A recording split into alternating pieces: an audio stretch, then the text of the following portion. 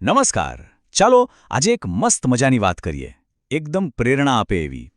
વાર્તાનું નામ છે ખિસ્સામાં પહેલવાન.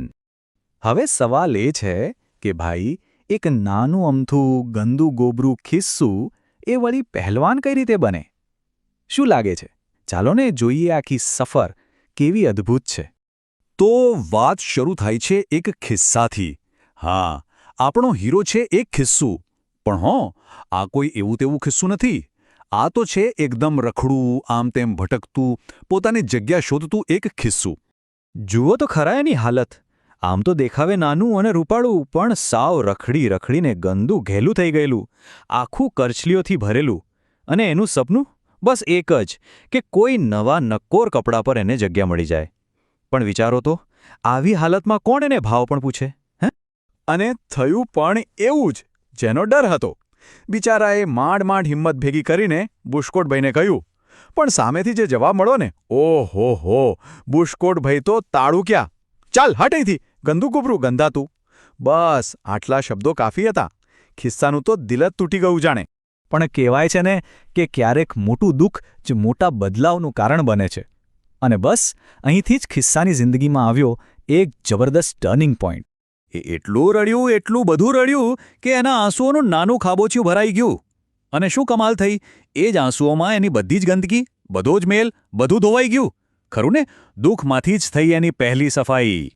અને પછી જુઓ તો શું જાદુ થયો. જે ખિસ્સું ગંદુ ને મેલું હતું, એ હવે એકદમ ચોખ્ખું, ચણાક, ચમકવા માંડ્યું. આ હતી એની પહેલી જીત, અને સૌથી મોટી જીત. કારણ કે એ પોતાની જાત પરની જીત હતી. સારું, તો પહેલો પડાવ તો પાર થઈ ગયો, પણ કામ હજી અધૂરું હતું. હવે ખિસ્સાને સમજાયું કે એકલા હાથે બધું નહીં થાય. આગળ વધવા માટે બીજાની મદદ તો જોઈશે જ. હજી તો એ ભીનું હતું, કરચલીઓ પણ હતી. ત્યાં જ એની નજર પડી સૂરજદાદા પર. સૂરજદાદા એને જોયું અને જાણે પ્રેમથી બોલાવ્યું, અરે વાહ, અહીં આવ મારી પાસે, ગભરાઈશ નહીં. અને પછી તો પોતાની હૂંફાળી ગરમીથી એને પ્રેમથી સૂકવવા માંડ્યું. તો જુઓ, બે બહુ જ જરૂરી કામ થયા. એક, સૂરજદાદાએ એને એકદમ કોરુકટ કરી દીધું, અને પછી ધોબીબાઈએ ગરમ ગરમ ઇસ્ત્રી ફેરવીને એની એકે એક કરચલી કાઢી નાખી. બસ આ મદદ મળી અને ખિસ્સું તો જાણે નવું નક્કોર થઈ ગયું. અને હવે એ કેવું લાગતું હતું ખબર છે? એના માટે બે શબ્દો બરાબર છે: કડક અને ફાંકડું. કડક એટલે એકદમ સીધું, જરાય કરચલી નહીં. અને ફાંકડું એટલે એકદમ સ્માર્ટ, ટકાટક. બસ હવે આપણું ખિસ્સું હતું એકદમ રેડી. હવે તો એનો આત્મવિશ્વાસ પણ સાતમા આસમાને હતો. અને એ નીકળી પડ્યું પોતાની મંઝિલ તરફ, એક નવા શર્ટ પર પોતાની જગ્યા પાકી કરવા. એકદમ ખુશ થઈને, નવા જોશ સાથે એ પહોંચ્યું સીધું દરજીની દુકાને. હવે એનામાં કોઈ બીક નહોતી, કોઈ સંકોચ નહોતો. એને ખબર હતી કે હવે એ લાયક છે. અને ત્યાં જ જઈને એણે કેવા હકથી કહ્યું, દરજી કાકા, મને આ નવા બુશકોટ પર લગાવી દો ને.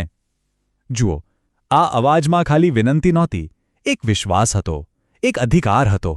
દરજીભાઈએ જેવું આ ચોખ્ખું, કડક અને ફાંકડું ખિસ્સું જોયું ને, એ પણ ખુશ થઈ ગયા. એમણે ફટાફટ સોય દોરો લીધા અને નીરજભાઈના નવા નક્કોર બુશકોટ પર એને સરસ રીતે ટાંકી દીધું. લો ભાઈ, થઈ ગયું સપનું પૂરું. ચાલો, ખિસ્સાને તો એની જગ્યા મળી ગઈ.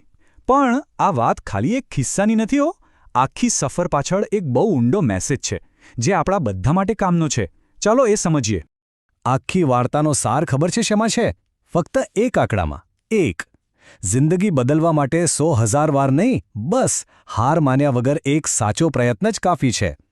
ખિસ્સાએ એ એક પ્રયત્ન કર્યો અને બધું બદલી નાખ્યું. એટલે શીખવા જેવી વાત બહુ સીધી છે કે હિંમત ના હારીએ તો કોઈ પણ મુશ્કેલીને પાર કરી શકાય છે. પણ એનાથી એ મોટી વાત, આપણી અસલી લડાઈ તો બહાર નહીં, આપણી અંદરની ખામીઓ સાથે હોય છે.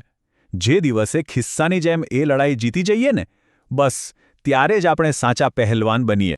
અને હવે છેલ્લે એક સવાલ આપણા બધા માટે. જરા વિચારીએ કે આપણી જિંદગીમાં એવી કઈ મહેનત છે, એવો કયો પ્રયત્ન છે, જે આપણને પણ આ ખિસ્સાની જેમ એક પહેલવાન બનાવી શકે છે.